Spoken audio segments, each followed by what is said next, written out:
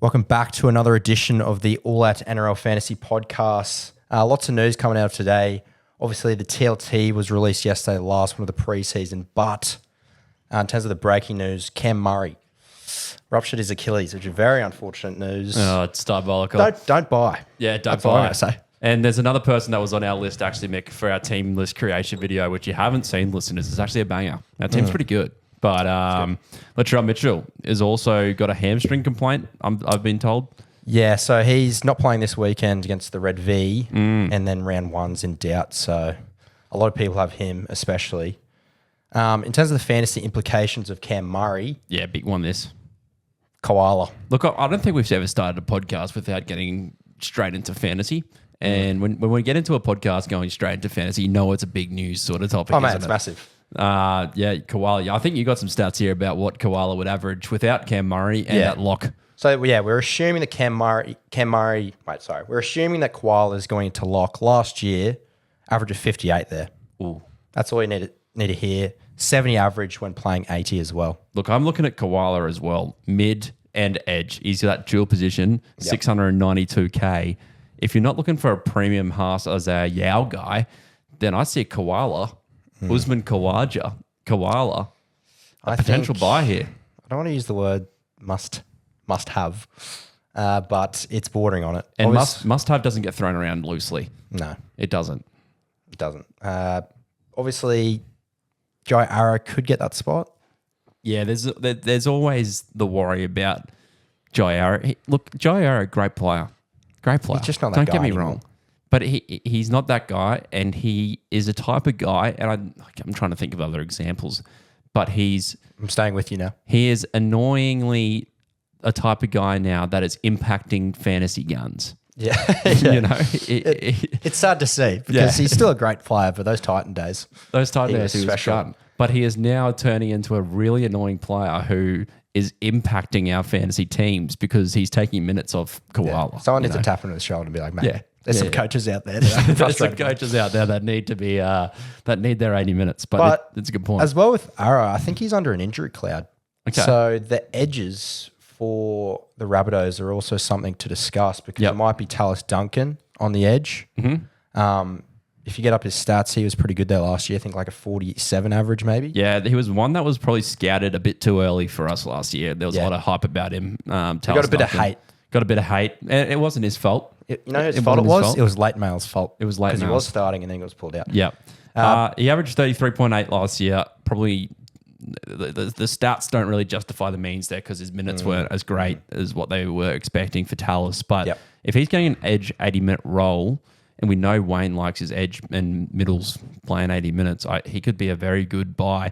Although, if you did watch last podcast, we hate that 450K range. Yeah, exactly. It's just a no-go zone. Something else to note is UNA can, not exactly sure when he's back, but he's not in the round one team because of injury. Mm-hmm. So he slots back, obviously. Yep. And then if it's Arrow on the edge, you'd assume Koala at 13. So basically, after all that, Koala's a buy. After all that, and again, I don't want to refer back to must-have, but he's almost at must-have territory. Look, how many percent of teams are you in at the moment, Koala? Like 70 average when playing 80. Yeah, And let's get that through our heads. 70, 5.5% at the moment. I could see that going to 15 if there's people listening to this podcast right now. I'd get him in. My starting middles now, and if you did watch that team creation video, you would know that we did really well when we stacked those forwards. Yeah. My starting three forwards now are Terrell May, Azayo, and Koala. Mm-hmm. And you could even get rid of Koala from your mids, throw in Haas, and have Koala and a Bateman in your edges. Or if you have Latrell and you're worried about that, you could just do like a straight swap and get a bit of cash generation there. Well, we were talking that Latrell, out of all those wing fullbacks, are probably our go-to option to start the year. Obviously, he's now injured. Does that stay the case? Who's the best replacement? I'm looking for probably Kalen Ponga. He's got a good draw to start the year. Old Kalen, I think he plays West twice. The word was Trelly was fit. He might be fit around the gut and like he's lost a lot of weight, but unfortunately his hemi's gone. He's gone. Yeah. Tough news. Ponga has got Tigers, Dolphins, the Tigers, Dolphins, Titans opening 3 rounds. Has the bye then plays Bulldogs, Tigers, Sharks, Warriors, Rabbitohs, Titans, Eels. I'm looking at and I'm seeing no top 4 teams there. So Yeah. there could be an opportunity here for Koala to go, hey, I'm ready to be bought. I'm listeners. still liking Tommy T. I think this is finally the year, touch wood, that he's going to stay fit. Full year of Tommy T fit. Do I dare say Dally M? What's his line of games? I reckon his line's about 15. Yeah, over or under. That's another great segment. Over or under. Should be able to bet on that. Yeah.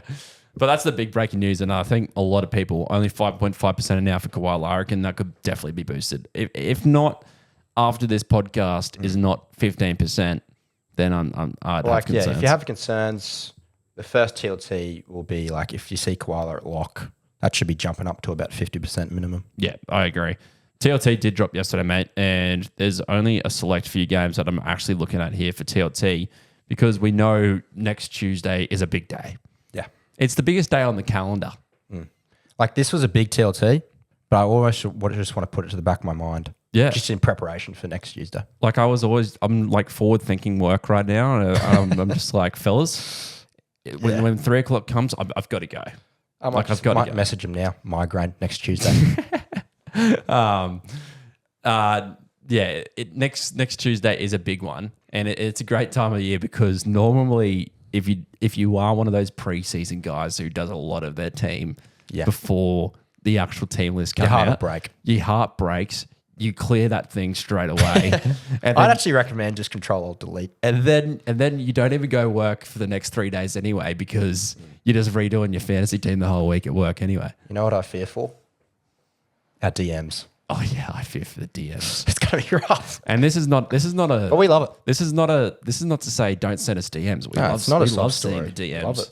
We love seeing the DMs, and it shows how much everyone cares about it because it's great. Yeah, just quickly, like in terms of us releasing our team, probably will be. We're not going to provide our team to people. Oh, we won't be giving away secrets. No, I did a bit of a meme today about it. Just going to do a darbs.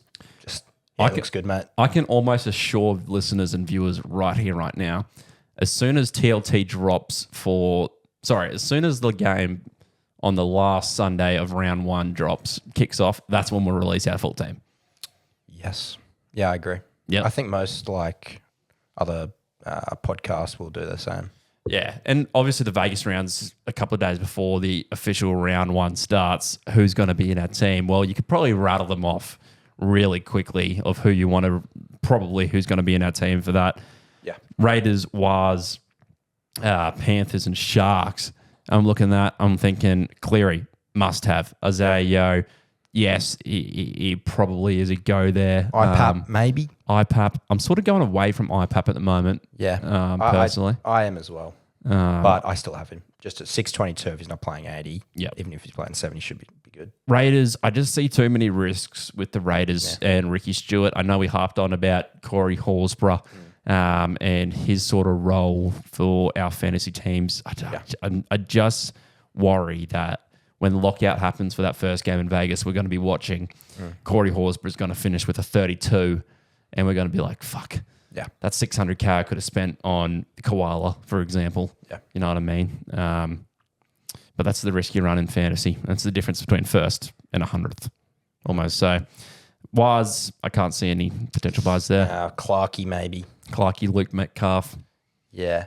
Labum, yeah. Other than Labum's host might get that spot, though, you'd think. Other than that, I can't really see many buys for the Wires. The Sharks, interesting one. Even still, like, you know what you're getting with Nico. You do. But do you go Nico and Cleary, even though you have a Munster who's well below price at 580K or whatever? Or, for example, I don't know, a Jerome Luai if you want a pod maybe, or even someone like a DCE who's going to be a pod this year. There's so many different options. Yeah. Or you could go cheap. Sandon Smith, there's another cheap option. So answers to be made and decisions to be made, I think, for the All Out podcast team, that's for sure. Should we go into the TLT? Yeah, let's crack on for the TLT. Right, there's a bit to note from across the games. The first game's Manly Penrith. Yep. From Manly's perspective, Jazz Tavaga is starting at 9. So Simpkin owners, it's a no-go. Croker's back round 4. So if you think Jazz has enough value, go ahead. Oh, look, Jazz 3 years ago, yes. Jazz now, he's just one of those guys. Like we said with Jai Arrow, he's just limiting minutes for our Simkit. Like when Croker comes back, he'll probably be the 14 guy, and he might have some like minutes to splurge, but probably wouldn't go there. I wouldn't go there either. For Penrith, there's nothing really to note, to be honest. I No like guns this. are playing. I like this note of Garrick. It is always a debate every year, and listeners would know that we are not ones to splurge in that centre role. No. But Garrick is always a very good option. I think he's a bit underpriced as well. Yeah. Because I know last year he had a couple of very low scores because of injury earlier on in the game. So, like Garrick at 583, that's not bad. Look, a lot of teams I've actually been seeing as well in the DMs, and look, don't get me wrong, he's probably a great guy. Travojevic, brother. He's probably a great guy. But Benny Travojevic, please don't pick him up. Oh. We just know what he can do. Yeah, he's not going to blow. But And Ben, this is no disrespect to you. I know you'll be listening, but that's assumed. the fantasy value isn't there for me at this point in time. Give him 2 years. From trying to stay outside the box and I'm trying to see it. I just can't. I can't see it. Yeah, I'm just not there with Ben. Like I'm sure I'll get there with Ben, but I'm not there yet. You know, love his personality. Yeah. Next game's Tigers Eels. Terrell May's starting, so would love to see strong minutes there. Yep. But regardless, even if he gets little minutes, still get him. Yeah, and I think the biggest thing to note here for the Tigers is that Jack Bird is in the 16 jersey. Frustrating. It is frustrating because I'm pretty sure, and we'll talk about him later, but Robert Toyer, he'll probably lock down one of those Roosters centre positions. Who else do you partner with Robert in the centres if you're going cheap? Now that Jack Bird hasn't got that position, it's like, tough one. There may still be value, but it's one of those ones where it's like he's still cheap, but you just wanted to see him get that starting 13 role where you just lock him in. Now that we see 12 there, just wait until next Tuesday, really. There's also another interesting play here from the Tigers, Royce Hunt, who was scouted as a bit of a cheapie, no longer starting for Nuapole. Yeah, I just think Royce Hunt will be like who's that Bulldogs guy? Sammy Hughes. He'll be a slow burn. I also think he gives a bit of an offer to a White. He might start a few games and then he might go back to the bench. Yeah. I'm seeing a lot of danger zones there with Hunty. Something else to note, Stavatoa, very cheap. He's starting, but I think Adam Dewey might go out back into that centre role. Yep. For the Eels, Joey Lussick is starting. We wanted hands. We need hands. And basically, that's just a shit show. I'm not going there. I don't recommend either or No. to anyone. The great thing about this podcast is that we've learnt from our mistakes in the year we're on. We're never going back to Eels hookers ever again. Yeah. Never again. Mistakes come from hookers. failure. No. And don't go any of them. I tell you who did pass the eye test on the weekend was Isaiah Ayongi. He played an absolute blinder. Yeah, he's a good player. He's probably, and I don't say this lightly again, the cheapy Hall of Fame. It does get brought up a lot. I reckon he could be potentially pushing 700K this year. It's a bold take. It's a bold take. Call. It's a bold take. He's going to have to be absolute class. Yeah. I think he's in for a hell of a year. Yeah.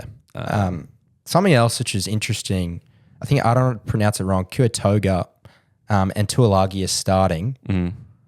Now, they're both solid options, but they're very scary just in terms of job security. They are scary, aren't they? Like Bryce Cartwright, You might have to get playing. him. Yeah. Like I think you've got Maddo on the bench, Dory. So I don't think they're getting 80, but they're pretty cheap. Like Tuolagi's mid-range option, Kuatoga's basement price. So you might have to get him at least until next Tuesday to see what's going on. I like to see the minutes rotation for Hopgood as well. Yeah, I agree. I'm looking at him. I'm looking closely. Yeah. I'm looking like a scout with a clipboard in the grandstand, and I'm looking closely.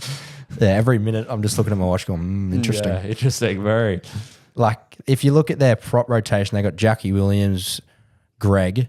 So you'd assume Maddo goes on at prop. It might be a Hopgood 80, and it might be a Hopgood buy. Yeah. Honestly. Keep that DL, though. Yeah. I want it to be a pod. Yeah, don't share that one, listeners. Don't buy Hopgood. Mate, the Drags, I know you're a Dragon supporter, and I watched them on the weekend, and there'd be a bit of excitement in the air for Dragons fans. Like you get three pretty solid players. I think anything below 12th would be a bit of a disappointment.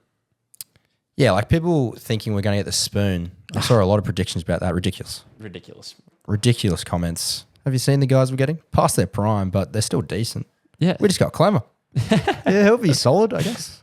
Straight trade for just a packet of chips. Wouldn't mind signing one guy who's in the thick of his prime and young, but maybe in the next few years.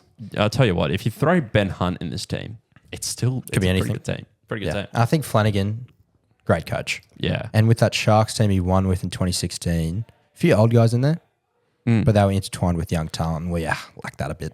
No, I didn't watch the Rabbitohs game on the weekend, but there was a little bit of chat about Lewis Dodd being a buy. Bit too axy. Bit too axy for me. I just don't think he stood out that well at all on the field. He could get swapped out with, is it Humphreys? Humphreys, yeah. Yeah, I wouldn't go there. Yep. Yeah, like we talked about those injuries before. I think Jai Gray comes in at fullback. It's probably an interesting game to watch, but nothing else to note really. Yeah, a lot of chatter about the Broncos lineup as well. Moving on to the next game. Is Pakes going to start at 9? Is it going to be Smoothie? When's Motza back? When will Hunt be back playing 9? If Ezra Mam comes back in round 10? Yeah. Pakes scored a double on the weekend and had an absolute blinder. I'd be very surprised if he doesn't get that role. He's been doing a lot of media as well. And I'm not one to say that because you're doing media, you get the role, but there's got to be some sort of input to that. Like if he's getting put up to do that media. I think Pakes is definitely a great buy. Yeah, I think he's a great buy. My brother Declan was here last week and he's just like, I reckon the guy to watch this year for the Broncos is going to be an absolute freak is Blakey Moser. About 20 minutes later, reports came out that he did a shoulder. So unfortunate. Blake. Yeah. But that means Pakes, I'd get him. Yeah, and Kobe Hetherington at 13. Minutes kind of an issue for me. If he gets 50 minutes and only shoots out 30 points, that's not a win for me. I don't know why they're doing it. It's just not a win. Do they think the Carrigan just is basically the same player at prop than he is at 13? Or they're struggling for another prop and they have to put him at prop. Another confusing decision. Not that I rate Pierre Cura that highly, but Jack Goswetsky. Yeah. Of Dragons and Cowboys fame. He might, like Benny Turbo, might have a great personality, but in terms of his upside as a player, it's just not there. I don't bottom 3 of the league. That's rough. No, I don't mean that. Jack, I know you're listening. Yeah. That's tough. No, but if you're comparing him to Pierre Cura, who had some defensive issues, but could be anything. Yeah. Look, I personally, I wouldn't be going there. He's so cheap, though. He is so cheap, isn't he? Like, you're a starting edge back rower. $250K. If you're getting 25 or 30, it's horrible, but it's still like at that price a decent score. And Jack knows that he has a chance to be in the Cheapy Hall of Fame, and he knows that. I think he's had multiple chances. Yeah, he's had multiple chances, and he knows that this might be his final year. Yeah. We should do a segment at the end of the season, Comeback Cheapy Award of the Year. The Broncos are playing the Bulldogs on the Saturday night. There's been a lot of injury concern for the Doggies. Karaz injured, who played one of the great roles in our team last year. We started with him, put up I think it was a shitty 30 score, and then went bang, bang, bang, bang with a few 70s. Other than that, pretty standard team for the Doggies. I'm not seeing many buys, though, for the Dogs. I'm interested to see if Preston gets 80. Yep. If he does, might be my pod in the edge back row. Yep. Other than that, there's not many buys for me for the Dogs. Dolphins, Titans. It's going to be interesting again. Round 1 team for the Dolphins. Probably one to be looking at for me. Tom Gilbert. A lot of people with Tom Gilbert in their team. I just have too many concerns with injuries and how many minutes he's going to be playing. Like, obviously he's a gun, right? He's a gun. Yeah. But does the ACL injury sort of halt him from playing the minutes that he was playing previously? It's so tough. We know he's injury prone, but I'm convinced by that 47 average last year at lock. It's just, as you said, there's so many players like that where you think they're going to score well, but there could be an injury around the corner. Yeah. And I don't know how they're going to frame their forward pack either. JMK is obviously going to start at the 9, Gilbert 13, Fino Fuaki and Kafusi on the edge. The props, They've got Saifidi. Who else they've got? The Yeah, Dolphins. and they got Kafusi, who they reckon's going to play prop. Yeah. So where does Max Plath fit in all this? He's starting at the edge on the weekend. And I see Max Plath. I don't see an edge back rower. I'm very confused. I just don't see a it. 9 or a great lock. I see which a I think 9 he should be. lock, or he's playing off the bench in that forward rotation. Just basically like, unless he absolutely blows us away in this trial, I wouldn't go there at 695K. No, I wouldn't either. The Titans, look, we won't know what their team's going to look like until round 2 with the round 1 bye. Yeah, they haven't named many guns as well. So it's like one thing with the Titans, I've seen a lot of people go like, oh, I'm not getting Fafita, I'm not getting this person because, they got the bye in round 1. But then I look at their team, they have like Munster and Pappenhausen and all those players who have the bye in round 2. Yeah. So it's like it's only 2 weeks, Probably is one of the reasons why I'm so against Munster is because that bye in round 2, it just kills all momentum. Yeah. If you win, it is annoying. If you win, you want to win again. But if you lose, then you want to win and you've lost potentially Pap and Munster. Yeah, that is annoying. It's annoying. And if you're going for overall, I wouldn't be starting with Munster. Yeah, it's probably true. And the Origin players, well, not Pap, but yeah, it's a tough one. I wouldn't be starting with them. The Roosters Knights, we touched on Rob Toyer. The good thing I like to see about centres, some can just stay on that wing and do nothing. Rob Toyer looked for work. He was hungry. I love players that look for work. Angus Blythe 1, Rob Toyer is 2. He looks for Rogue Blythe, the comment. Yeah, he just looked for work. And you want to see that. He looks for contact. Yep. I think he's going to be one of those centres, as you said, who takes a carry like start of the set. Good friend of the podcast, Christian Mills, sent me a message. He said, Rob Toyer, 20-plus tackles on the weekend for a centre. He's looking for work. Yeah, he's looking for work. Thanks for that input, Christian. Yeah, so if I was a betting man, I'd say Rob Toyer will be in the side coming around 1. If you're worried about your centres looking too lackluster because you got if you had Bird and then Rob Toyer, don't think about it that way because Robbie Toyer's a 500K plus player. Yeah, he is. Yeah, and he's a potential captaincy option in the future. Bit of glaze, but yeah. Nothing else really for the Knights, for the Roosters, sorry. Probably that White I would avoid because he's been benched. He could come back at lock, but is Victor Adley going to be an edge back rower? Yeah, the other thing to note here is that Connor Watson is starting at 9, so I presume he would be getting that DPP update and is probably now the front runner for my hook position because Harry Grant has that round 2 bye. Yeah, so that, and it's also just we've had Harry Grant every year. Yeah, just want something different. It's starting to get a bit vanilla, And we hate vanilla. Yeah. Dylan Lucas, but not that vanilla bye. Yeah. Edge back rower. You don't want your centers playing center except Rob. Yeah.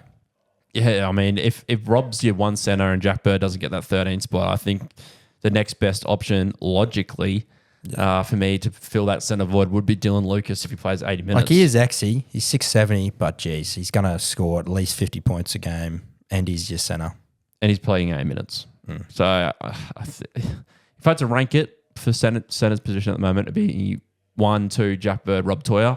If Jack Bird starts, 3, very close behind is Dylan Lucas. Yep. And then otherwise, I don't know who else I'd go. Well, if you want to splurge, you'd go Garrick or Herbie. Yep. Yeah. And then Tyson Frizzell, a lot of questions about him in the DMs. Tyson, I don't know how many minutes he played on the weekend. It would have been 80 because of trial, but can I see him playing 80 minutes in the game at lock? Phoenix Crossland would go off. Saifidi would go off. Thompson would go off. Adam Elliott. He's got to be in there somewhere. I don't know. I don't think he plays 80. Surely Adam Elliott deserves a role.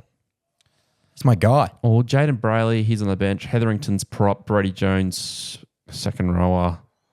Is that a concern for Lucas, maybe? I just wouldn't get it for Zell. I don't know. Yeah, I don't know. And the last game is Storm Cows. Big guns are in for the Storm, which would be interesting to watch. Check Utigimano's minutes. Yeah, I can't really justify buying Utikimanu, especially now with Koala being a buy and Terrell May sort of in that same. There's too much going on in that mids. Same price bracket. I can already tell you now, my mids will probably be Haas, Yao, May, Bateman, and Koala. Yeah. They're my 5 already. Those 5 you will not have to change for the rest of the season. There's 2 positions. And that's where your points generation's coming from. There's 2 positions where you're done, pretty much. Connor Watson at 9, Cleary in the halves with Sandon Smith. You're laughing. Yeah. You know? It does feel a bit vanilla for some, but you can throw in a Preston into that edge. You can. There's different cooks in the kitchen. Okay, you can do different things. Mm-hmm. Just don't get like an Afu White. It's just a waste. Yeah, it's just a waste. And for the Cows, Padu's got that spot in the centres. Yeah. But Labert, I don't know who gets that position when Labert's back. He's injured. Yeah, if you're not familiar with Labert, before he went down with injury last year, he was a gun. Yeah, he's very good. Really good player. So Athletic. I wouldn't be trying to buy him, but I'd be concerned for Perchu because he's a gun. Long levers. Yeah. Talking cricket terms. Yep. That's about it for the TLT. Mate. Interesting one, actually. Yeah, very interesting. I mean, next week is going to be a big one because we obviously have the actual TLT and then buy, hold, sell and who to buy, what's the team going to look like, et cetera, et cetera. So it's going to be a big week for the pod. Make sure to like and subscribe for sure. You won't miss anything. We'll do a few like top 5 in each position, something like that. Yeah. Like a review, something like that. Top 5. Doesn't everyone like a top 5? People like things listed. Yep. In a good order, 1 to 5. If you haven't joined the All Out League, 2,471 of you are currently in that league. Yep.